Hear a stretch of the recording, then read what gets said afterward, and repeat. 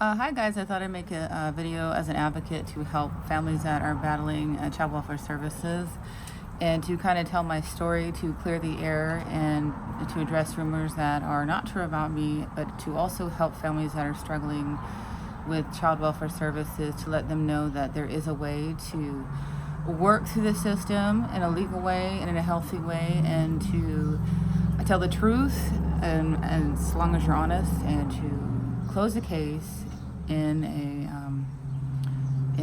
kind of I want to say a better way than you think, because it is possible. In my story, what happened is I have two kids that are special needs. They both have mental health issues and behavioral issues, and they are both under the care of a very well-renowned psychiatrist and a hospital. And unfortunately, the school district that they are with decided that they felt that their behavioral issues were caused by myself, which was not the case. Obviously, the psychiatrist that they were with had verified that it was with him, but for whatever reason, they felt with their qualifications that was not true. And one of their persons, their hired help, I want to say teachers and whatnot, as a third party, decided to go to Child Welfare Services and say that they felt that their symptoms were created by my person. Now, obviously, this was not true. There's no way I can create a mental health issue or anything like that. I'm not smart enough to do that. So when they went to Child Welfare Services, what they do is they put any parent or any family that they feel, I'm using bunny fingers, they have concerns of, and basically what this means is they're just going to accuse you of something. So what you need to be warned of is when any person goes into a family maintenance program, you're automatically guilty. Okay, I'm just going to tell you that. They're just going to say, this is what it is. This is how it works. I was in the social worker program. I'm technically was still trying to do that because I am going for a master's program. But anyway, so I was already in the program, so I knew the rules and regulations of how this worked. So anyways, if you can imagine, I'm going in there and there's false charges already, because understand I'm working with renowned professionals. And the first thing I do is there's a third party in there that knows about everything that's going on, that I'm totally clueless, have no idea what's going on. I sit down, and one of the social workers next to me, the first thing this person says is, I'm going to do everything I can do to destroy your career. I don't think you would make a good social worker. And I was like, what is going on? So already we have bias, because it's a clique. They don't want me in the program. Next thing, the third party is just, yeah, we don't like you. And so they put all the list of symptoms. None of them are accurate, because remember, my children are special needs, are under the care of a licensed care. So about a year into the program, I keep getting all these false calls. Turns out my daughter was diagnosed by, I want to advocate for them, Central Valley Regional Center, a wonderful organization, but with autism. So all the symptoms that they had brought charges against me for were false. And what they told me, they said a lot of times what happens is school's not educated, or the district isn't educated. And what they missed was my child had bipolar disorder plus autism. And what happens sometimes as an advocate, I have to ask parents to please, if you see anything, if you disagree with Child Welfare Services or school district, if you've been accused of something, if your child is not making eye contact, it doesn't matter if they're older, if they do have a mental health issue, if there's aggression, they're still not making eye contact, if they're not socializing, if they have a monotone voice, please go to the Central Valley Regional Center and advocate and see if you can get an appointment. Sometimes that will help you, because they're overlooking that. And that's what happened with me. And so we got in, and that proved that I was innocent. My other child, my son, unfortunately, by the grace of God, we found out that by chance he had influenza. He has an arachnoid brain cyst. So his behavioral issues were caused by a biological congenital issue that none of us knew about. No, it's not cancer, praise God, but the accusations that the school had against me were totally unfounded, right? So I'm sitting here in court a year into this, and I understand I had to sell a house because they tried to throw me in jail for something that was biological. Now, the entire time he was underneath the care of psychiatrists who were totally supporting me, a mental hospital that was totally supporting me, saying, look, yes, he has a congenital arachnoid brain cyst. Valley Children's Hospital supported me. And then after that, unfortunately, the third party that they used as a witness had a mental health issue and was not taking medication. They failed to tell the judge this, which is illegal. I knew about this, and unfortunately this did come up. And so they had to throw the case out. Now understand, this cost me, over the time we got done, $150,000. Totally illegal. This cost me immense stress, duress for my kids and myself. The caseworker, turns out, was falsifying documentation for the third party that was a witness.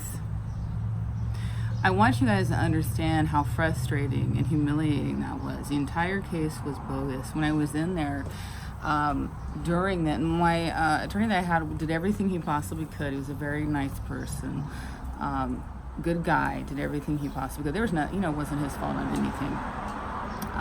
We were in there, the state, my attorney said, there's no evidence against this person. They said, yeah, we know, and it's literally written down, it's typed in the court thing. He says, but there's nothing, we'll find evidence. That is completely illegal. I want families and advocates to, as an advocate and other advocates to know that if they say there's no state evidence against you, they legally cannot keep you there. That is against the law. They have to throw it out. If there is a person that has a mental health issue and they do not give, and this is to anybody, this is just a general issue. If there is an individual that has a mental health issue, and if they do not bring it forth, and if they cannot prove that person is on medication, that is like asking a drunk person to testify. You cannot, and I don't care if this is anybody, I don't care if it's a neighbor. This is a legal issue. You cannot do it. I actually am going to sue. Obviously I have to get my house, one of the houses back that I lost, because it was emotionally draining. We're still suffering from this. As I said, the other reason why I'm posting this is 2 days before my case closed, I started getting harassing phone calls, death threats. I'm still getting them now. I've had people call me, scream profanity at me. I've had people call me, obviously I'm not going to repeat the words, but you can use your imagination. I've had people drive by my house, stalk me. I've had people call and scream religious music at me, or the exorcism, because I am of a different faith. I am not Catholic. I respect all Catholics, but I'm not a Baptist. I'm more prescribed to the Buddhist faith. So, but they consider over here, a lot of people consider that satanic or atheist, and it's just too bad. So there is so much proof and legal documentation that what this school district did was discrimination. And I will say this, not all social workers are bad. CPS workers are bad. There was one or two that were absolute dolls. There was one, I can't remember her name anyways, but she was absolutely sweet to me. And there were so many false reports from the particular school. And, when they can't tell you who it was, but when she read it, it was obviously from the school district. She said, look, they actually had to call the main office and say, we can't take anymore because they're all false.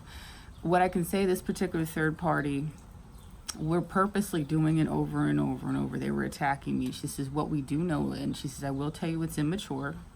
It's fake. They're all fake. None of it's real. I was literally turned in for mismatched socks.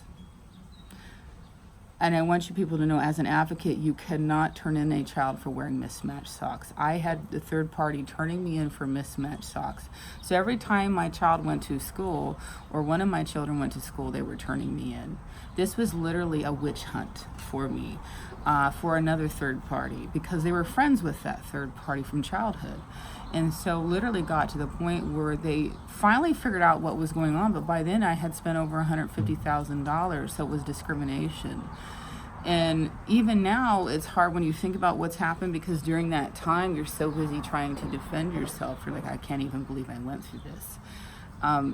My reputation has been destroyed around here by town. Not, obviously it's being better. Obviously it's being restored, but the damage has already been done, but this other third party will not stop. Obviously with the phone calls and the things like that, it's very disheartening. School for me is not fun because the trauma that has happened. So when my kids go back to school, I have no idea if another third party, because there's new people, so you hope that you can reestablish a relationship. But I have no idea if another new third party is going to do the same thing and witch hunt me, because I'm a different religion, and obviously I'm not completely white. I am mixed. As you can tell a little bit with my eyes, I'm not completely white.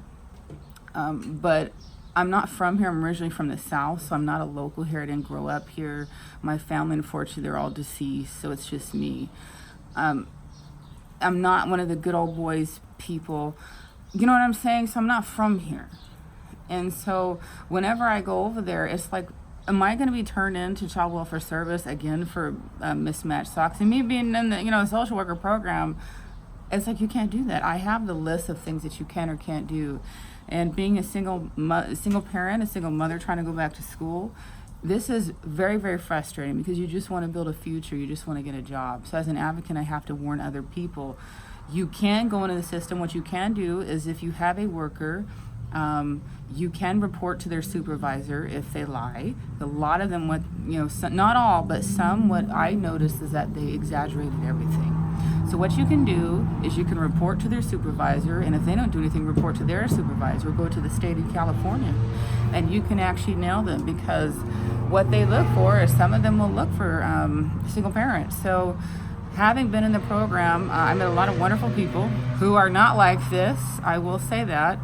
There are a lot of wonderful social workers in drug rehab, with the elderly. There's so many good people out there. A lot of lawyers are really great, but what happened is I felt so bad, because people should not have to be afraid of working with you or being punished because another third party were out to destroy me, because somebody had a belief concept that wasn't true from another group of people, if that makes sense. So that's what happened to me. It's just, somebody just didn't like me because of the separation. That's not fair. So for me, my children going back to the school district when summer's over with is not fun. It's traumatizing. You have to wonder, am I going to get CPS calls every day that are false? Here's the circus again, because I have a group of people that are childhood friends with a third party. I'm going to be starting up lawsuits, obviously. I have my eldest daughter who is a nervous wreck because we're hearing that another third party wants to sue her just for existing. The rumors that nobody wants to hire her because the third party has talked rumors about her. We had people calling CPS on her, making up lies to the point where she has to go see a therapist about this. So we are already told that if they try to sue, it's just going to be thrown out. She can sue back. You don't want to live your life like this. This is actually a nightmare. So I'm on here posting, if you see the anti-CPS stuff, you know why. And the sad part is I'm pro-social work, because we need them. There are some people don't need their kids. But we have a lot of kids taken away illegally. There's a lot of kids that need to be with their families.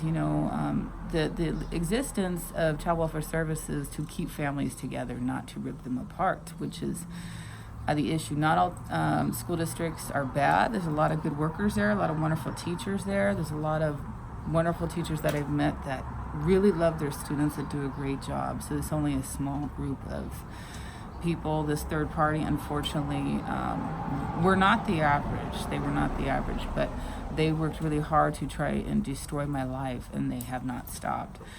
So I thought I would put this up here to explain what has been going on. I'm hoping that it'll calm down by the end of fall. It should be, like I said, I have another court date in September with this other third party. I'm hoping things will calm down. But I haven't been talking about it in the past because obviously, as you can tell, it's a semi-long video. But I know I have a lot of wild posts, but it's because of what has been going on. And they are relentless, especially when school starts. But when you have special need kids and you have them in the behavioral area, it's a different world than your average child that goes to, as we call it, the neurotypical school. A lot of the third parties in the behavioral area have a tendency to, for whatever reason, report more. But the kids there are more aggressive, so I understand, but they overreact.